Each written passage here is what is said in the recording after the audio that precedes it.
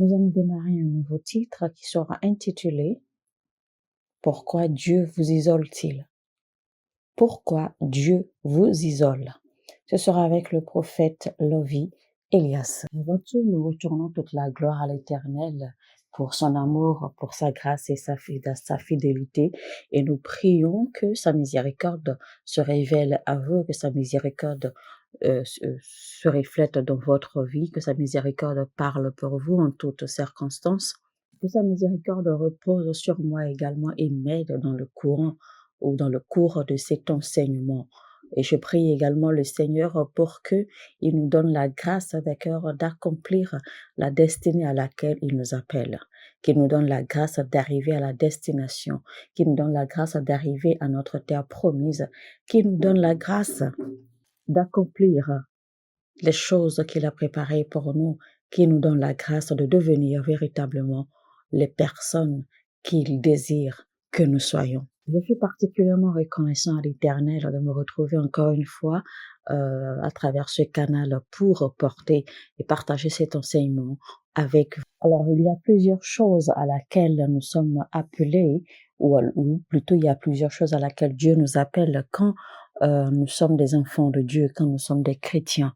Et notre voyage, notre marche avec Dieu, en fait, inclut également certaines réalités qui se manifestent dans notre vie, dans nos affaires, dans nos choses quotidiennes, dans nos activités quotidiennes.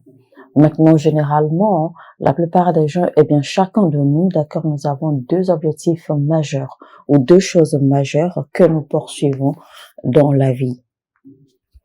Alors, premièrement, nous courons toujours après les choses qui nous concernent, ce qui n'est pas une mauvaise chose.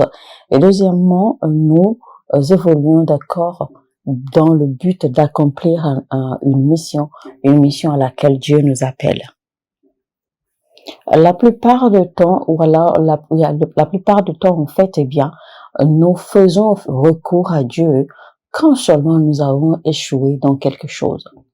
Nous engageons dans les activités, nous nous engageons dans les choses de la vie sans pour autant consulter Dieu, sans pour autant connaître la volonté, les pensées de Dieu concernant cela. Et c'est quand nous retrouvons face au mur, c'est là que nous faisons une marche arrière et que nous allons maintenant chercher la volonté de Dieu. C'est là maintenant que nous allons consulter pour savoir si Dieu est véritablement derrière cette chose que nous sommes en train de faire. Donc, généralement, c'est après que nous ayons échoué dans nos affaires, dans nos activités quotidiennes, dans nos décisions, dans nos engagements. C'est après cela que nous pensons faire recours à Dieu. En ce qui concerne notre mission divine sur terre, la plupart du temps, nous n'y faisons même pas attention. La plupart du temps, quand nous allons vers Dieu, quand nous consultons Dieu, quand nous cherchons Dieu, c'est juste pour être bénis par lui. C'est juste c'est juste concernant nos affaires personnelles quotidiennes. Nous n'allons pas vers Dieu parce que nous cherchons à connaître sa pensée divine ou la mission à laquelle, ou l'objectif qui nous appelle, d'accord, à atteindre dans la vie. Non. Mais nous y allons parce que nous voulons être bénis. Et une fois que nous sommes bénis, nous détalons. Une fois que nous sommes bénis, nous lui tournons le dos. Vous savez, malheureusement, la nature de l'être humain est purement une nature égoïste, une nature méchante, une nature diabolique, ce qui est très très mal. C'est pour cela que nous devenons chrétiens, quand nous devenons enfants de Dieu, il touche notre cœur, il transforme notre cœur afin que nous puissions voir clairement, proprement, comme cela se doit. Autre chose, quand nous devenons chrétiens, notre parcours vers l'accomplissement de notre destin devient encore plus dur. Et vous allez constater que les choses qui habituellement étaient faciles pour vous à accomplir, ne le sont plus. Vous allez constater que de plus en plus les choses deviennent dures, les choses deviennent plus difficiles à toucher, à acquérir ou à accomplir. Alors, beaucoup de questions commencent à jaillir de nos pensées. Nous commençons à penser si nous avons été retardés, si Dieu est en train de nous retarder délibérément, si Dieu ne nous écoute pas, si Dieu ne nous exauce pas, si Dieu est en train de nous ralentir par lui-même. Est-ce que nous sommes maudits? Est-ce que nous sommes sous attaque? Les deux questions qui reviennent le plus souvent, c'est suis-je retardé par Dieu ou suis-je isolé par Dieu? Maintenant, il faut comprendre déjà la différence entre être isolé et être retardé. Alors donc, gardez-vous, soyez tranquille. Cet enseignement va vous aider, d'accord, à comprendre. Cet enseignement va vous aider à comprendre davantage quand les saisons ou quand les périodes se présentent à vous, afin de savoir véritablement où vous vous trouvez et comment vous en sortir. Alors, quand vous n'arrivez pas, d'accord, à percevoir les choses selon les perspectives divines, eh bien, vous risquez de vous noyer. Vous serez donc abandonné, vous serez donc laissé à vos pensées personnelles, personnelles guidées par la chair, guidées par les émotions, et ainsi, eh bien, vous risquez, d'accord, de mal juger ou de mal comprendre, d'accord, les plans de Dieu. Et ainsi, malheureusement, vous allez vous trouver sur un mauvais chemin, vous allez vous trouver sur une mauvaise direction, sous prétexte que vous êtes en train de rechercher la bonne voie. Il faut donc une compréhension parfaite de la part de Dieu pour savoir et pour comprendre si vous êtes isolé par Dieu lui-même ou si vous êtes retardé. Alors, chers téléspectateurs bien-aimés dans le Seigneur, je vous exhorte donc à partager maintenant ce lien.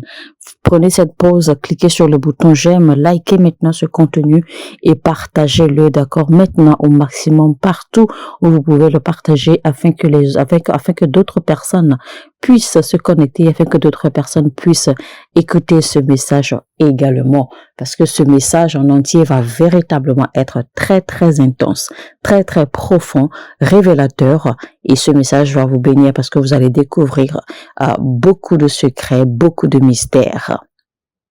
Mais je tiens rapidement à souligner également que nous allons faire ce message en série, en petite série. Donc, restez connectés, abonnez-vous, activez la cloche de notification pour ne rater aucun épisode, aucune partie de ce message en entier. Et que Dieu vous bénisse. Parce qu'à la fin de ce message, à la fin des séries, eh bien, vous allez mieux comprendre si vous êtes retardé par Dieu, si vous êtes isolé par lui-même, si vous êtes caché par lui-même. Vous serez en mesure de comprendre cela aisément et clairement. Et ceci vous ouvrira les yeux, ceci vous aidera à voir les choses, à percevoir les choses selon les perspectives de Dieu. Ceci vous aidera à voir les choses comme Dieu les voit. Alors, parlant de retard ou d'être caché, eh bien, en réalité, ce n'est pas aussi simple que nous pensons. Ce n'est pas aussi simple que le mot. Parce qu'il y a des choses dans votre vie, il y a des choses autour de vous qui peuvent vous retarder. Et ces choses ne sont pas forcément vues par l'œil nu. Ces choses ne sont pas forcément visibles. Parce que vous pouvez être retardé à cause de votre désobéissance. Vous pouvez aussi être retardé parce que il y a un esprit maléfique quelque part qui se dresse contre vous. Alors, à part ces deux façons d'être retardé, il y a également une troisième façon, d'accord, qui est très, très, très, très délicate. Eh bien, cette façon d'être retardé également, c'est que Dieu lui-même peut vous résister. Dieu lui-même peut vous retarder. Et cela va de soi parce que cela dépendra de sa volonté, des plans qu'il a pour vous.